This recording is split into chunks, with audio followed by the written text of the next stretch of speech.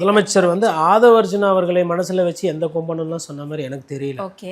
ஆதவர்ஜுனாவுக்கு பதில் சொல்றதுக்கு முதலமைச்சர்லாம் இருக்கிற வேலையை விட்டு இறங்கி வர வேண்டிய அவசியமே கிடையாது. உங்க கட்சியில் இருக்கிற கிளை செயலாளர் போதும்.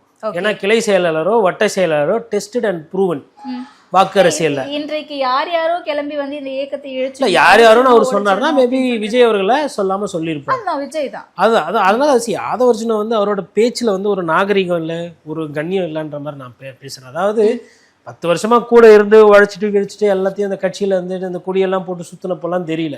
ஒரு பாராளுமன்றத்தில் சீட்டு கொடுக்கல அப்படின்ற அந்த ஒரு பிரச்சனை தான். அந்த பிரச்சனைக்கு பெருசு பண்ணி அதுக்கப்புறமா விசிகா போறாங்க. அதுக்கப்புறம் அங்கேருந்து விசிகால இருந்து பிரச்சனையாகுது. அதுக்கப்புறமா தாவேக்கா வராங்க. இப்போ வந்ததுக்கப்புறம் யாரு ரவுடி பாக்குறியா 6 மாசம் கழிச்சு அப்படின்னா இதுவா ஒரு அரசியல்? இதையா வந்து அறிஞர் அண்ணாவும் காமராஜரும் கஷ்டப்பட்டு தமிழகத்துல வந்து எல்லாம் சரி செஞ்சு கொடுத்துட்டு போனாங்க. நீங்கெல்லாம் இப்படி பேசுறதுக்கு ரவுடித்தனம் பேசணும் பண்ணணும்னா அவங்களுக்கு எதுக்கு அரசியல்? அரசியல் வேற, ரவுடித்தனம்ன்றது வேற இல்லை. ரவுடின்ற வார்த்தை எதுக்கு அரசியல்வாதி வாயிலிருந்து வருது? என்ன சொல்ல வரீங்க நீங்க? யார் பெரிய ரவுடினா எங்க போட்டி நடக்குது, இல்லை யாரு வேற எதனா பண்ணுவாங்கன்னு போட்டி நடக்குதா? அதனால அது அநாகரிகமான பேச்சு. அதை திமுகவும் கேட்டுக்கொண்டு அமைதியாக இருக்கிறாங்க. ஆனால் முதல்வர் வந்து விஜய் அவர்களை மனசுல வச்சு தான் அவர் பேசியிருப்பாரு.